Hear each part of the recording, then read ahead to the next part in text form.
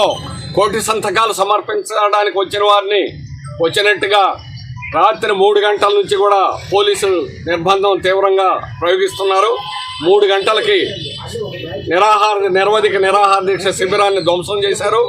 శిబిరంలో ఉన్నటువంటి వాళ్ళని అక్రమంగా అరెస్ట్ చేశారు. అరెస్ట్ అయినటువంటి వాళ్ళని 3 బస్సుల్లో 3 బ్యాచ్లుగా 100 కిలోమీటర్ల దూరం బస్సులు రాత్రంతా కూడా ప్రయాణం చేయించారు. ఆ రకంగా వాళ్ళ ఆరోగ్యాల గురించి కూడా పట్టించుకోకుండా దుర్మార్గమైనటువంటి క్రూరత్వమైనటువంటి పద్ధతిలో ప్రభుత్వం ఈ నిర్బంధ కాండను ప్రయోగిస్తూ ఉంది. ఉదయం నుంచి కూడా రైళ్లలో దిగిన వాళ్ళని రైళ్లలో దిగినట్టు వేల మంది పోలీసులు మోహరించి రైల్వే స్టేషన్ బస్ స్టాండ్లో ఉన్నటువంటి వాళ్ళని అందరినీ కూడా తీసుకెళ్ళడం అనేటువంటి జరుగుతుంది. కళ్యాణ మండపాలని మొత్తం విజయవాడలో ఉన్నటువంటి కళ్యాణ మండపాలన్నింటినీ కూడా నింపేస్తున్నారు. కానీ ఈ ఉద్యమం దీంతటితో ఆగదు.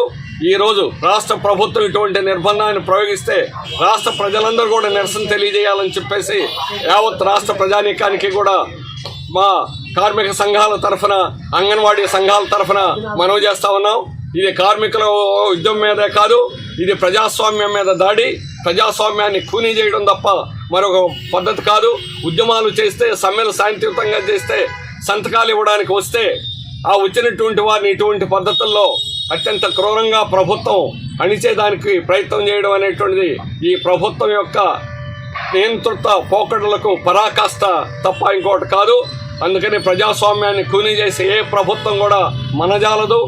ప్రజాస్వామ్యానికి విలువ ఇవ్వాలి. ఇది ప్రజాతంత్ర వ్యవస్థ.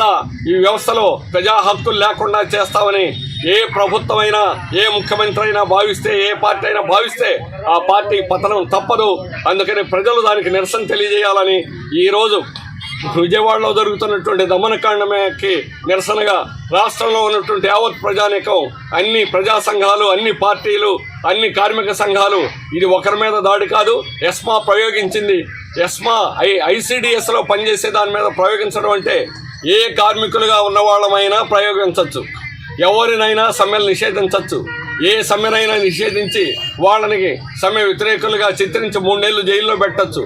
ఇటువంటి దుర్మార్గమైనటువంటి క్రూరమైనటువంటి చట్టాలని ఈరోజు రాష్ట్ర ప్రభుత్వం ప్రయోగించడం అనేటువంటిది దుర్మార్గం. వాళ్ళు అడిగింది 1000 రూపాయలు, 2000 రూపాయలు నెలకు జీతం పెంచమని అడిగారు.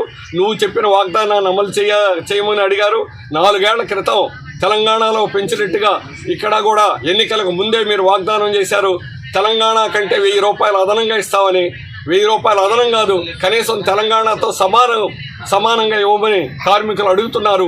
1000 రూపాయలు పెంచినా, 2000 రూపాయలు పెంచినా వాళ్ళు సిద్ధంగా ఉన్నారు. కానీ 1 రూపాయి కూడా పెంచను అని ఈరోజు రాష్ట్ర ప్రభుత్వం మొండికేయడం అనేటువంటి తప్పు. దీనివల్ల సమస్య అంతా జటిలం చేసింది రాష్ట్ర ప్రభుత్వం. అందుకని ఎప్పటికైనా కూడా వాళ్ళ సమస్యను అంటే పరిష్కారం చేయండి.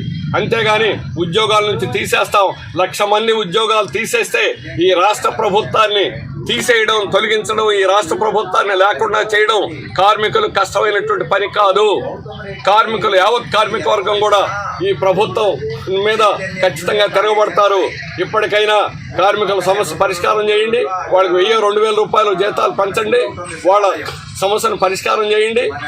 వాళ్ళ వెంటనే ఉద్యోగాల్లో చేర్చండి అని చెప్పేసి రాష్ట్ర ప్రభుత్వాన్ని హెచ్చరిస్తున్నాం. Welcome to our YouTube channel. Don't forget to like, subscribe and share the videos.